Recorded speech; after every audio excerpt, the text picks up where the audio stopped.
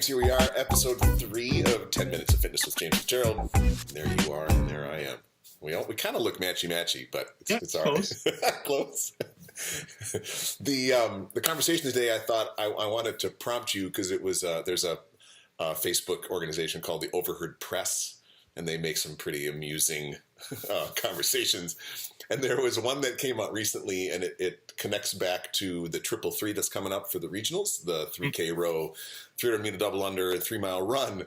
But the headline was CrossFit Games fans thrilled to watch athletes run 3 miles on a treadmill. A fan was quoted by saying, "I just love the excitement of having no idea who's in the lead. The only thing that could make this regional more fun would be a staring contest." But I guess I wanted just to get your thought around the test itself. I mean, the 3K row, 300 meter double under, 3 mile run as an evaluation. And then maybe the juxtaposition to, while it was, of course, in humor, that statement around, is that a good test, or is it not entertaining, and that sort of push-pull. And I know we've had many great conversations, even thinking back to the optathlon days. So, yeah, thoughts on that? 10 minutes of thoughts on that. Well, fitness test. This is the mastery of discussing, fitness testing.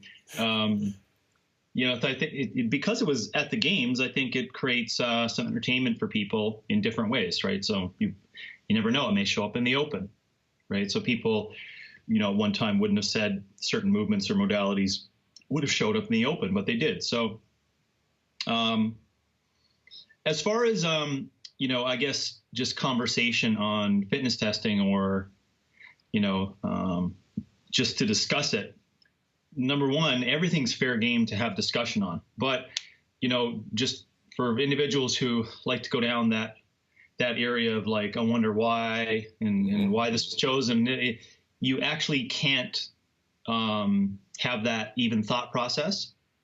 And if you want to discuss it, it doesn't mean it's morally wrong to discuss it, or that it's futile, but it is, because there's never been a full conversation with transparency on the purpose behind the fitness tests and what they're trying to test within it. Mm-hmm. And their answers are valid in their own mind. So it's not up to us to decide if those are good fitness tests or not. I mean, that's where I don't want to stop there, but those are the things we need to think about, is that you have to remember what the primary goal is. So think of this in your relationships, in business, in searching for a skill. What is the primary goal of the whole thing? And I think that's where we get muddied, right? People forget that the primary goal of the whole thing is exposure of the sport, right? So it's not to maybe create the best tests of balanced fitness. It's not to, and I'm not speaking on their behalf, but there's just too many data points, too many tests to recognize that now. Right. It's based upon logistics and entertainment, and that's not a wrong thing. It just is what it is, right? Now, if someone wishes to argue my point, then I would love to do it publicly, on live, to discuss those options, not behind a screen or where you take a week to formulate 2 paragraphs of verbatim from someone that said something in 2002 about a definition of fitness. No, if you want to argue the points on what I just said, that you believe that the fitness tests are valid and they really test what we're trying to go after for fitness and broad fitness, then let's talk that out, because you're going to be speaking to someone who's tested thousands and thousands of different styles of workouts physiologically, as well as looking at the entire avatars of the group that's participating and saying, what's going to be the best balanced version of fitness testing for everyone here, based upon what our belief is on, fitness. So, and it just, and the example of it, which makes it, again, so you can say, well, James, is not muddy. It's pretty clear what they test. Well, there was a number of dumbbells last year, and there's not as much this year. And then a couple of years ago, there was 2 heavy barbell sequences, and there's not this year. So I know there's only 6 events, and I know there's only 6 or 7 points for scoring, and I get it, right? And I'm not saying that I don't understand, how to put it all together, which is generally their argument, right? This takes a lot of time, and there's so many things and moving parts.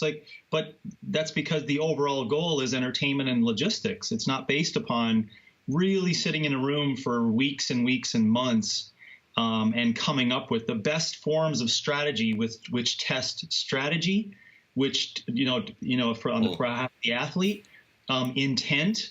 And aspects of fitness that you believe would be the person who comes out on top would accomplish what you believe to be the fittest person. Do you see the difference there? And so, another reason why we know it's possibly, inconsistent in what that goal is, the overall goal, meaning inconsistent in saying it's a fitness test, but really it's just entertainment and logistics. Is that you get people who no one hears about who qualify, and then some who shit the bed, in terms of the testing. And folks are like, oh, it must have been their coaching all year, or it had to be because you put it in a different location. It's like, no, the tests are completely different.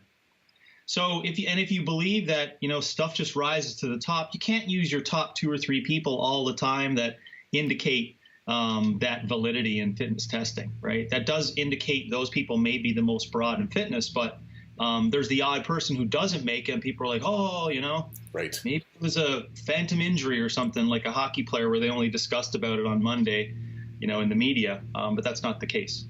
So 333, I'm a fan of aerobic capacity stuff. So in terms of the test itself, I like stuff that's long. I'm a fan of running. It's very primal. I think there's elements of running that indicate in multiple different levels, really, fantastic levels of fitness that I don't think are really investigated. So, sprint running, medium distance, and really long, just to put it into 3 buckets. Yep. I think there's some beauty inside of that can really flush out some indications of physical performance and fitness.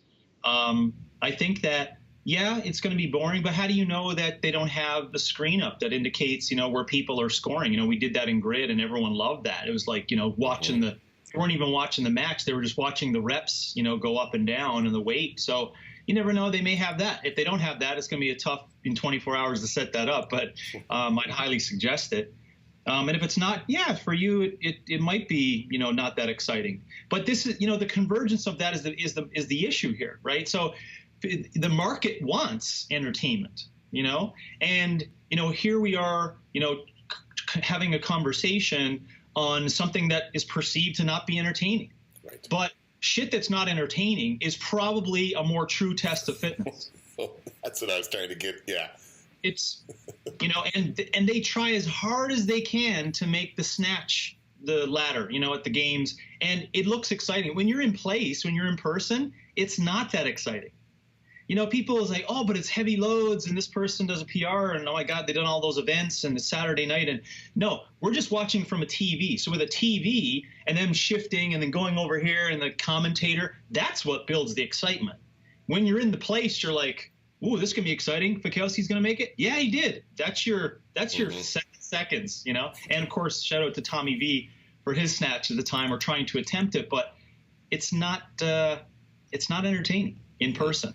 But we make it that way based upon that. So, I've set a lot of those tests up, and I've tested a lot of people with them. And there's, and we're doing it with IF3 now, to try to make the fitness testing, or what we believe is fitness testing, get to the Olympics and be a governed sport internationally in different nations, and get people excited around wearing the flag for that. Then, I understand the consequences of erring on the side of trying to make stuff look fancy for the IOC, or for people that are going to be early adopters or investors into that movement. So I get it.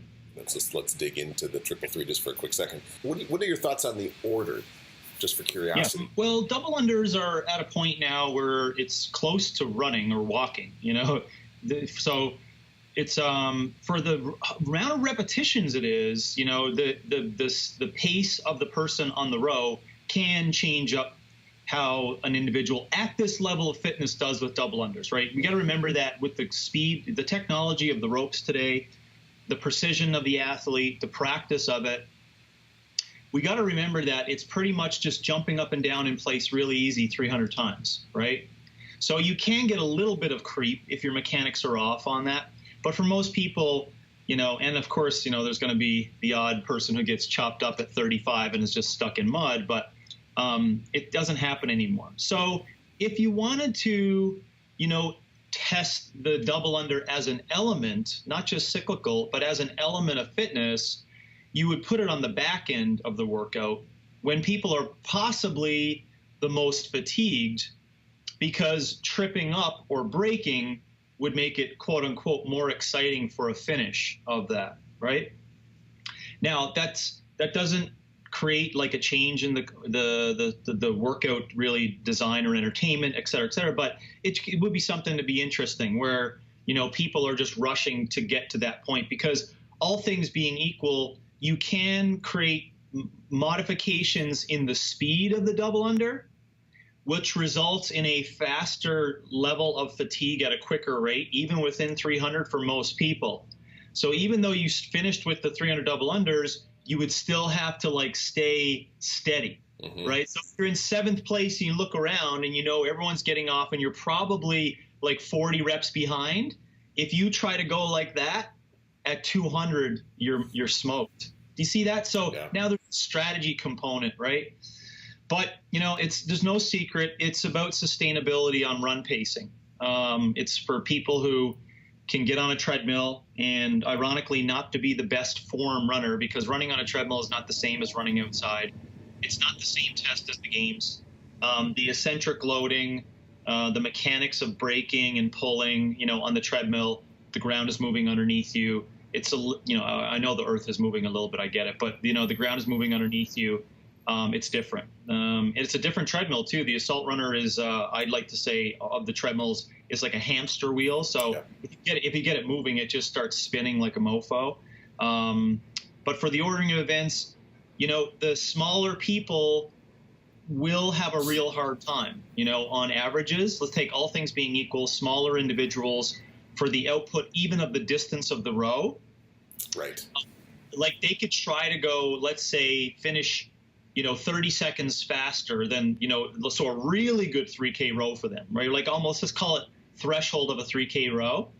And that won't make a dent whatsoever on the distance that they have to run. So this is the unfortunate event. They have to pace as well, right? Because they still do a good 3-mile run, but based upon ground contact time, leg discrepancy, distance covered, the earth is moving underneath you. So if you got longer legs and you're covering more distance, it just doesn't make any sense. And remember, there's force and velocity indicated as well in the treadmill, where, the heavier you are, it may have predisposition with correct positioning to spin the wheel. Right. Just think about that. You're a smaller person trying to spin a wheel with faster contact times. You're going to have to go really, really quick to spin the wheel as fast as longer legs, and just hitting it, and at the right positioning, if that makes sense. So the ordering, it's a run. That's basically it. It's a boring run, to the view of the consumer. But I'm not going to complain because it's 3 miles. So get your ass into some running shape and improve your efficiency on it, and go for it. Well, that's why I mean, when I saw it, I was like, to your point, it's like, oh, okay, some time, some work. But I love the fact that I was going to go there, that you touched on, if you're not thinking about it, like different height people, like I mean, now you start getting into the granular, and we won't go down there, but it's like, I hope people heard that, because it's like, just think about that now, like 5-foot dude, 6'2" dude, like now this workout is very different, It's like, and we indirectly discussed this off the call, but let's discuss it briefly here. It's like the marathon testing or the real long row at the games years back, is that it seems like a broad fitness test. And because it's at the games, it quasi may have not meant something, but Josh Bridges should have won the games that year. And the reason why he didn't is because of his height. So you can't tell me that Josh Bridges is not a fit individual, right? Don't try to, work your way around that of like shitty reps and whatever. The dude is really fit.